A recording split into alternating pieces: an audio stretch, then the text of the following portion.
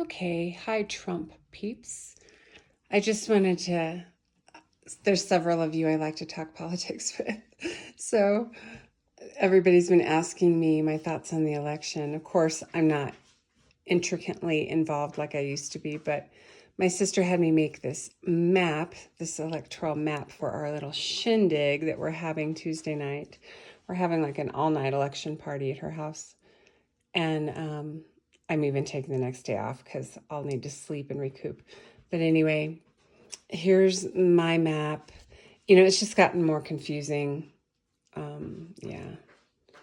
I think I first got involved with election type work and political work with like the Republican Party in 2008.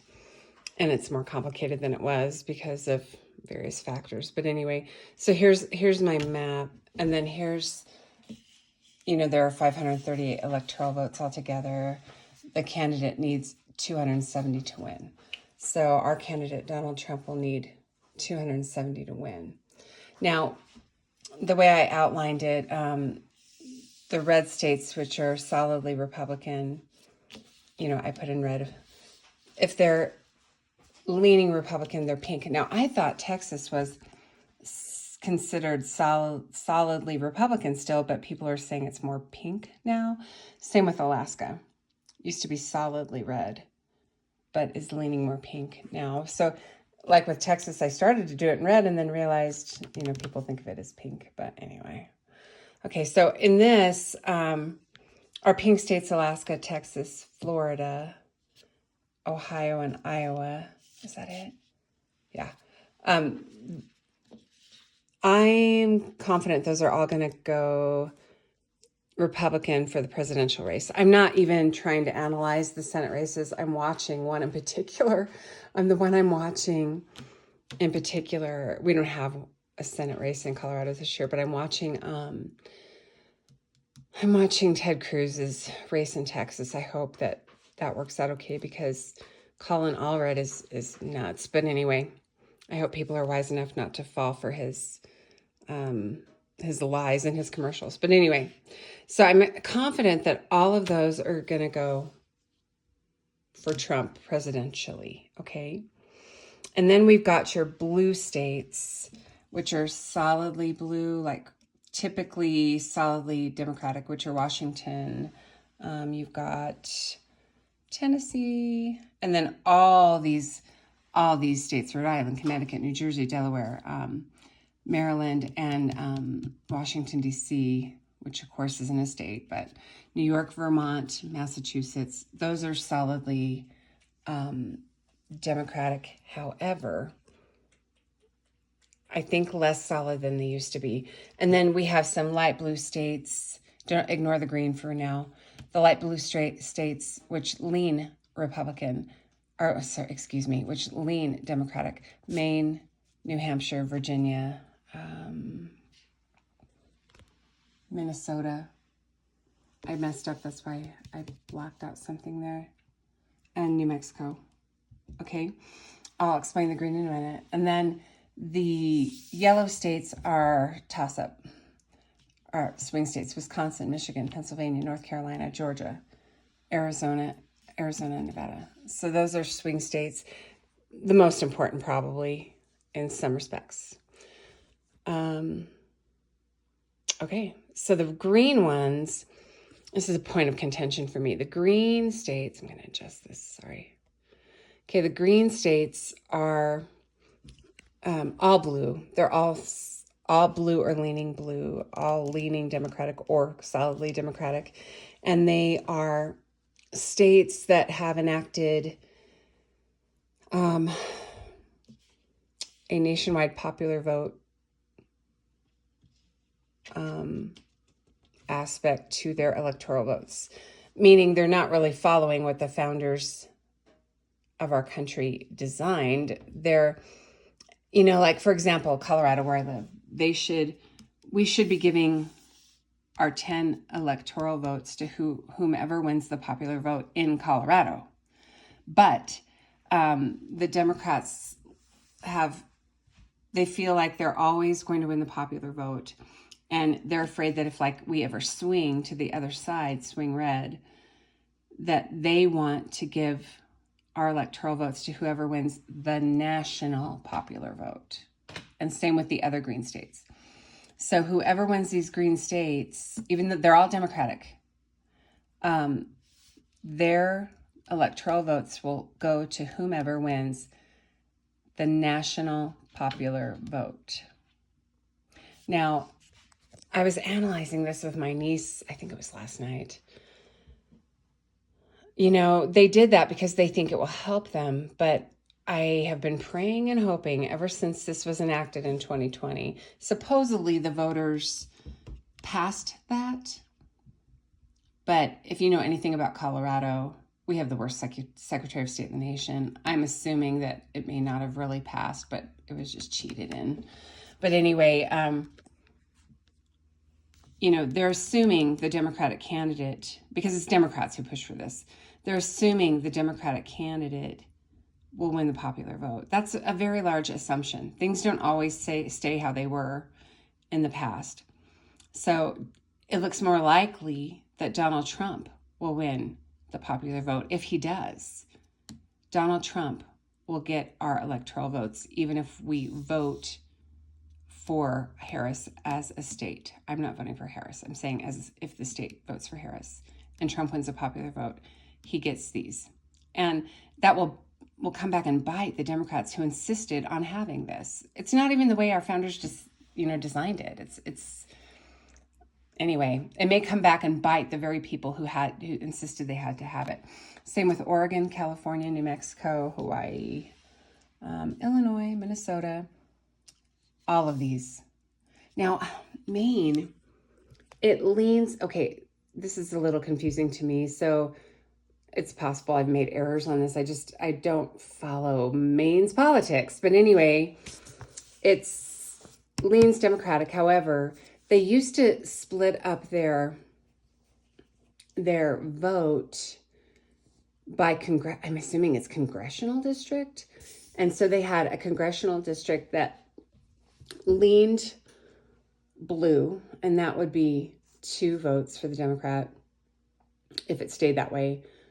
One that leaned Republican, and then one that was solid blue. So what they would do is they'd split their electoral votes according to district. And I'm assuming they've done away with that, because I still wrote them, but now they're green, which means that their electoral votes would go to the national popular vote winner. And we may not know the national popular vote winner immediately, of course.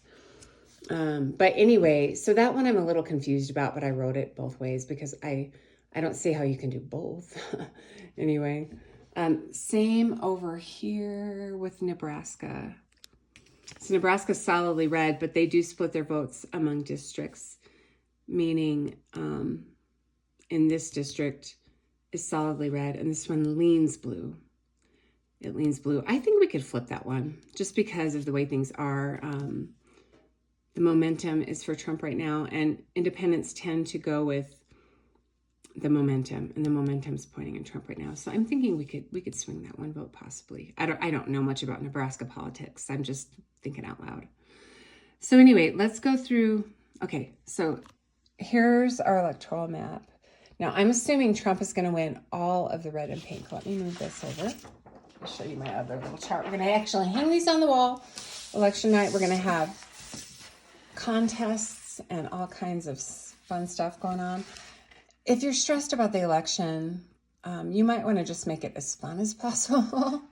That's what we're trying to do here. So anyway, so there's 538 electoral votes. The candidate is going to need 270 to win.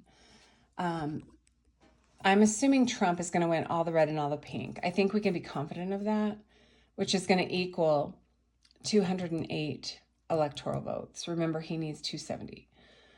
The blue votes, 202 blue, and then light blue, leaning Democratic, are 35. The swing states have 93 votes. All of the, I want to come back to this, discuss that electoral thing again, that popular vote thing. All of these states that are green, they're all solidly or leaning Democratic. these would not be states we on the right would normally win.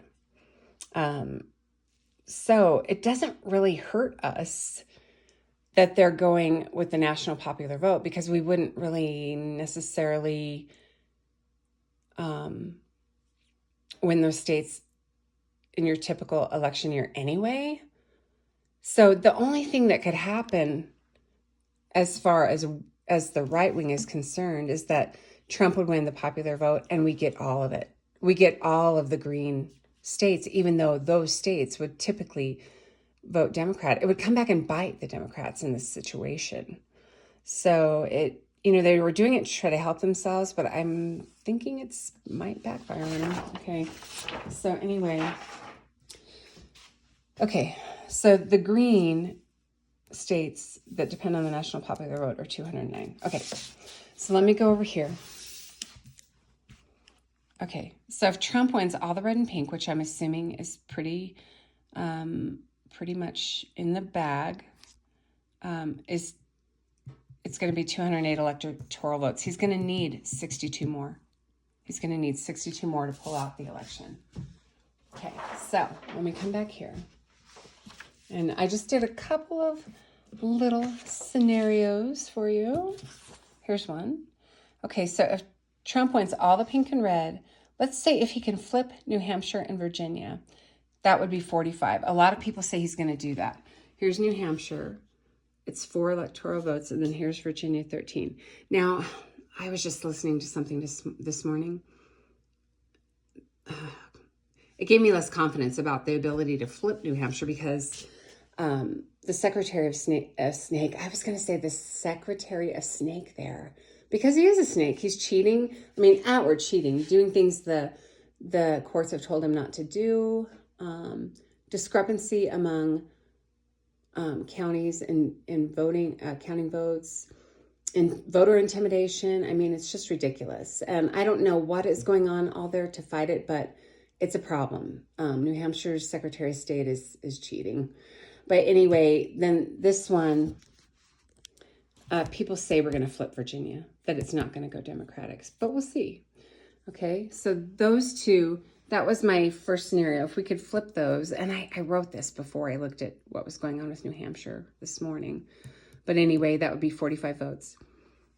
We're pretty confident we should win all these swing states. Some of them I'm more confident than others. We should get Pennsylvania, which will give us 19 votes. And we should get North Carolina, which would give us 16 votes. This one, Harris has actually pulled her money out of this state. So she's no longer spending money there, meaning she probably doesn't think she can win. And so I'm quite confident about that one. Here we've won over people like the Amish who don't typically vote. So thousands of Amish are going to get out and vote for Donald Trump. It's going to make a difference. And people think that we're going to win this one. So anyway, so Pennsylvania, if we needed 62. If we flip these, we'd need 45. If we get Pennsylvania, 26, I'm counting down. If we get North Carolina, we would need 10 more. And then all we'd need is like Wisconsin up here, which is 10 votes. Now, let's say we win all the swing states, which we should if there weren't cheating going on. It would be a done deal. We don't even need all the swing states to pull our election out for the red side. We're confident about Pennsylvania, but even if we lost Pennsylvania, if we were able to get the others, we would do okay. Now, there's cheating in Georgia. There's a hearing today, in court, over some cheating that's going on there in a particular county. I cannot remember the name of the county. And if you want to listen to details, you could listen to, on YouTube, Lumberjack Logic. He goes through all kinds of stuff about all kinds of states, including Colorado. There's so many shenanigans here. I mean, oh my gosh. We have the worst Secretary of State in the nation. And people say that who don't even live here. Okay, so I'm less confident about Georgia because of those. Now, we're getting out the vote in Georgia big time, but there is cheating in that one county. Let's see what they do this morning in the court. I won't give you any kind of update, but you can look at it. Okay, up here, last I knew, we're ahead about a point in polling here in Wisconsin. meaning we're probably ahead 3 or 4 or 5 points, honestly, because most polls are skewed to the left. We have won over a lot of Muslims in Michigan, which I never thought would happen. However, we could pull that one out. But I don't know. I wonder more about that one. I'm not as confident as I am about this one. Okay, and then over here, I'm hoping we'll pull out Nevada. There's a lot of shenanigans that are going on in Arizona. I mean, it's like something every day. And we won that recent Supreme Court case where they had to remove non-citizen voters off their rolls. The Arizona Supreme Court was happy to just break federal law and let them stay on there, but then the U.S. Supreme Court came down and made them do that. But there's more shenanigans in Arizona. I feel like there's constantly some shenanigan in Arizona where they're trying to cheat on the left. So I don't know if we can pull that one out. I don't know. I mean, it's going to be interesting. I mean, there's going to be, we're just speculating, and well, not really speculating, but we're just kind of looking at the polls and what's going on there. I want to show you this. It's just interesting. I don't suspect that we would be able to flip solidly blue Washington. However, you know, Democrats tend to vote early and really get out the vote early. And what I heard was, last night I heard this, in Washington state, only 20% of Democrats have gotten out to vote early. That is telling. Wouldn't it be crazy if we could flip Washington red? That would be nuts. But we would take it. So anyway, is there anything else? Oh, I wanted to go over another scenario. Okay, so let's say Trump needs 62 in addition to the pink and red to win. Okay, so let's say we're going to take North Carolina. We should be able to do that. We're going to take Pennsylvania. We should be able to do that. So we would need, counting down, we'd need 46, 27. If we could take Wisconsin, then we'd only need 17. If we could take Nevada, we would only need 11. And then if we could take Arizona, that would take care of the 11. Okay, and one more. Oh, these are the ones that I said states we could flip. But I said New Hampshire before I heard what I was hearing this morning about the shenanigans going on with the Secretary of State there. I mean, some of the cheating, like in Georgia and New Hampshire, they're not even hiding it, you guys. I mean, last time they hid all the crap they were pulling, especially in Georgia, but it was found out. But here, I mean, they're not even hiding it. So, but everybody says, that really looks into it, says we're going to flip Virginia. I would love that. Minnesota. Some people think we're going to flip Minnesota. I don't know. And then New Mexico. Trump has been going there. He wouldn't go there and spend his time and money if he didn't think he could flip it. And then Washington State. Yeah, I don't think we're going to flip Washington State, but I don't know. I mean, only 20% of Democrats have gotten out to vote. There's just not a lot of enthusiasm on the Democratic side. So anyway, those are just some of my election thoughts. We'll see what really happens. But I hope you have fun election night and don't get stressed. And I mean, we're all a little nervous because of what happened last time. I mean, we go to bed and thinking we had pulled out the presidential race, and we wake up and everything's backwards. In the night, all those shenanigans were happening, but it's not going to be as easy for people to pull that off as it was last time. Like I said, they're in a Georgia courtroom today over one county's attempts to cheat. Oh, you know what else I learned? Where's it at? What state was it? Oh, it's in one county in Pennsylvania. Oh, it's bad. It's bad. It's bad. It's voter suppression, which is going on in New Hampshire, which is going on in Georgia too. But I'm especially, like in Pennsylvania, I think it was Bucks County, Pennsylvania. People are lined up for hours to vote. And it's not even young people. It's like, you know, a lot of middle-aged people waiting out there for 5, 6, 7 hours in that county. And they've intentionally made it difficult for people to vote, which is voter suppression. Like, I don't know what they need a printer for, but like they're in the county, they have like one printer, a couple people at the polling place when there's hundreds in line. That's just voter suppression. So anyway, we'll see how that turns out. But anyway, have a happy election night. And I did this for my Trump peeps, but of course, if you're not a Trump peep, we would welcome you over to our side if you want to change your mind. Anyway, I'll talk to you later.